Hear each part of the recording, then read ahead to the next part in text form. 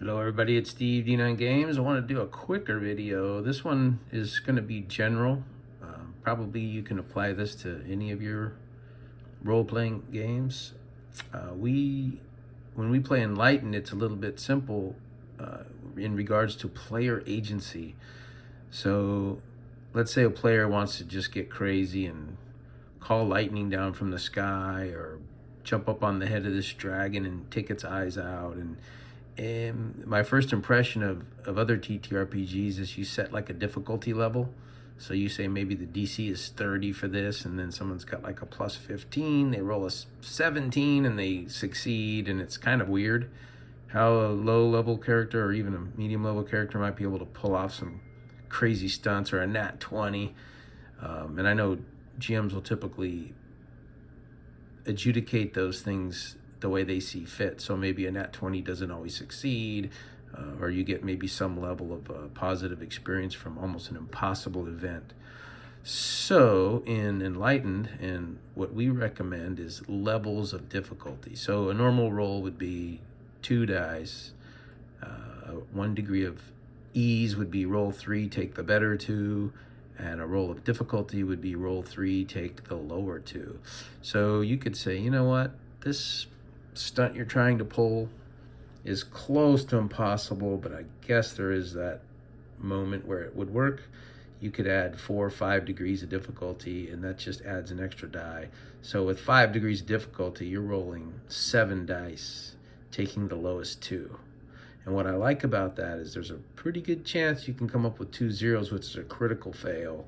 And that could be life-changing, what could end your life.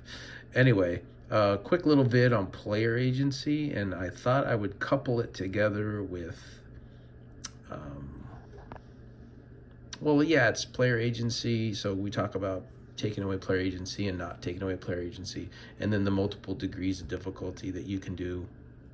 So another thing about player agency, in some cases you can absolutely take player agency away.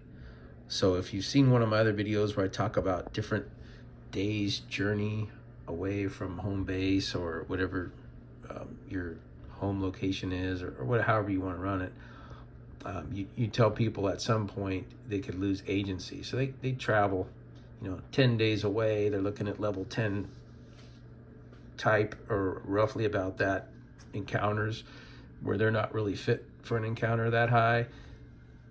You don't even need to roll. You can say this dragon swoops in and grabs randomly 2 of the heroes and flies away with them, drops them 200 feet off the ground, and they both smash. No rolls necessary. That's a player agency that you take away, where the players stepped into that mess on their own accord, because you give them a heads up that, hey, you're heading into a pretty dangerous situation.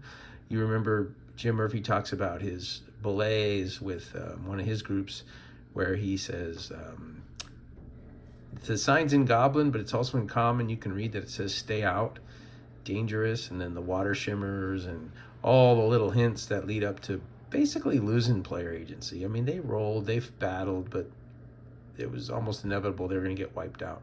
So anyway, there's a couple things regarding player agency in your game and how we do it with degrees of difficulty, because at the end of the day, you never really want to say no when you're game mastering. You want to be able to say yes, or you can try. And so that's it for the player agency and the degrees of difficulty. Until my next one, peace.